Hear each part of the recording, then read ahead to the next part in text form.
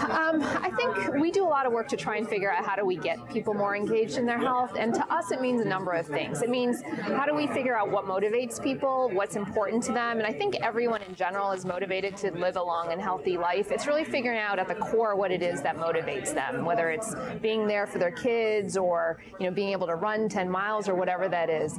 It's also getting people to be able to ask questions about their health, really participate and be involved in their health, feel like they have a partnership with their providers, feel like they have support mechanisms outside. So it's really being able to take control of your own health and do what it takes to be healthy. I think patient engagement is even more critical for people with chronic conditions because there's more dire consequences. So for example, if someone with diabetes isn't engaged and doesn't eat what they should be eating or exercising or getting the right screenings, the ramifications are much more serious. So they could go blind, they could lose a limb, they could, really dire situation.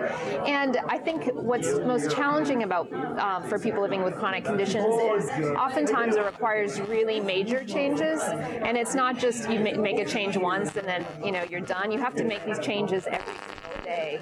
So I think a lot of the engagement issues is really trying to figure out how do you stay, how do you not get depressed about it, and how do you stay on a day-to-day basis, really figure out how to make these into permanent changes in your life. So, and I think a lot of that wisdom for people living with chronic conditions comes from others who've lived through it. So, I think that's an important component. And I think the physician also really plays an important component because there are some medical consequences. So that partnership with a physician is really important as well. Good. Thank you.